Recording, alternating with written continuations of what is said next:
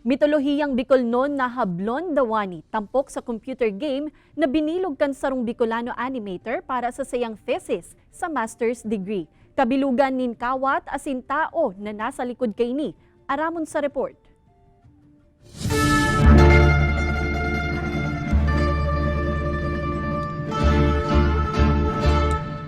Entrada pa sana, mapapawaw ka na sa bangiskan animation.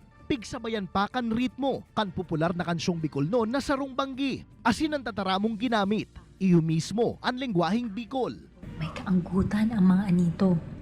May maabot na damat asing kagadanan. Presenting Hablon Dawani Game. Sarong kawat na nabilog kan sarong Urago na Bicolano animator na si Pat Mulaer. Istorya ni Pat, taong 2014 niya enot na nabilog ang konsepto kanasambitan ng kawat. Asin ka nakalis man na taon, kan matapos niyan overall production kaini.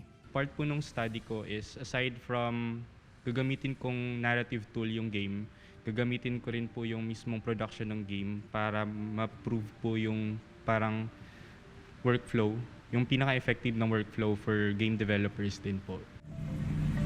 Ang bida sa nasambitan ng computer game, iyo mismo si Dawani, nasaro sa mga Diyosa kan mitolohiyang Bicolnon.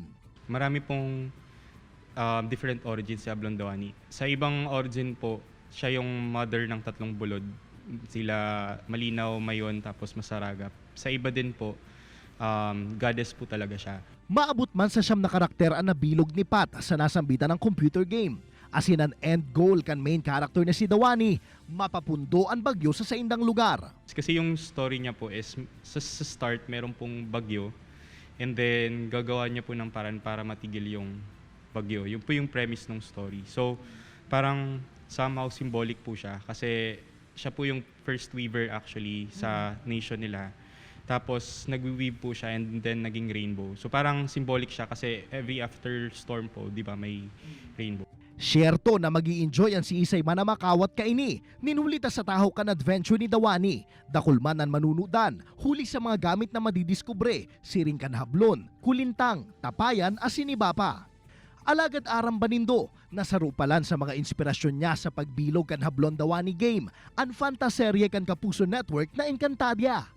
Even yung lore nung Encantadia, dun po ako na-inspire gumawa. Kasi yung mga words na ginagamit din nila, same din, like Bakunawa, very Bicol po siya. And ginagamit po nila dun sa scenes nila. Primerong kabtang pasa na ini para kipat, asin plano niya manadugangan pa ang features kan kawat, nganing urog pa ining maging interactive.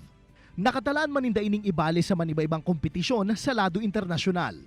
Para kipat na minsan namang nawaranin paglaom sa pagbilog kanasambitan ng computer game. Sa gabos na ginigibuta, kaipuan sa nang maghalat nin tamang oras, nganing marealisar ang pangiturugang trayumpo. Kaibanan si Carlo Abunita, Jesse Cruzat, Balitang Bicolandia.